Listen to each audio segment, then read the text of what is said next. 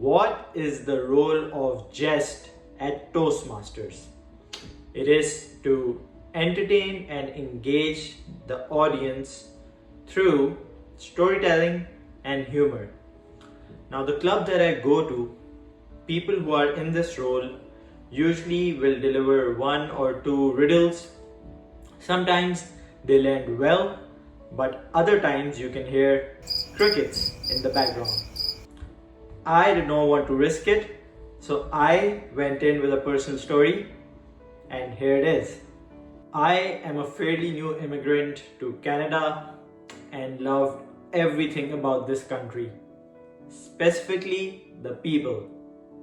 With your please, sorries, and thank yous, what's not to love? However, last year in September, I was laid off from my company. It was like the company saying, thank you for your services, but we don't need you anymore. For some time after that, it was difficult to love Canada anymore. Until employment insurance entered my life. The government said, rest up, upskill yourself, and pay your bills till you find your next employment. Reminded me again why I love this country so much. Long live employment insurance. Long live Canada. Thank you. Thank you. Thank you. Thank you. Thank you.